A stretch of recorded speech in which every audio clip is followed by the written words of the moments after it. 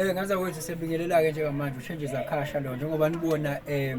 ihlathi sivakashela indlebe. Ngithi nginikeze i-feedback nali iphepha ngiliphethe la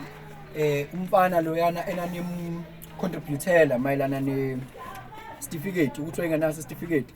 sashaya imali singabahlali abafana benza izinto zakhona njengamanje ke vele silindile ukuthi kubuye ipass i-ID silindile kodwa umfana yena on esayidini lakhe uzitholele OA nje eyiwe English eyiwe Maths eyiwe